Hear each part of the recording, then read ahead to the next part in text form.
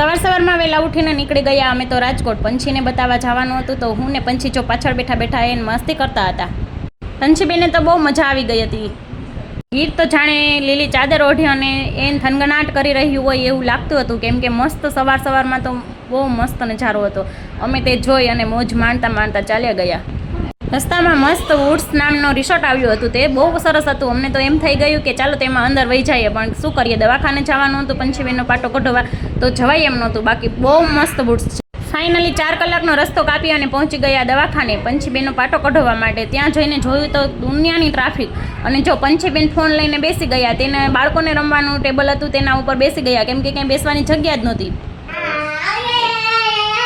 નીકળી ગયો દાંત કાઢ દાંત.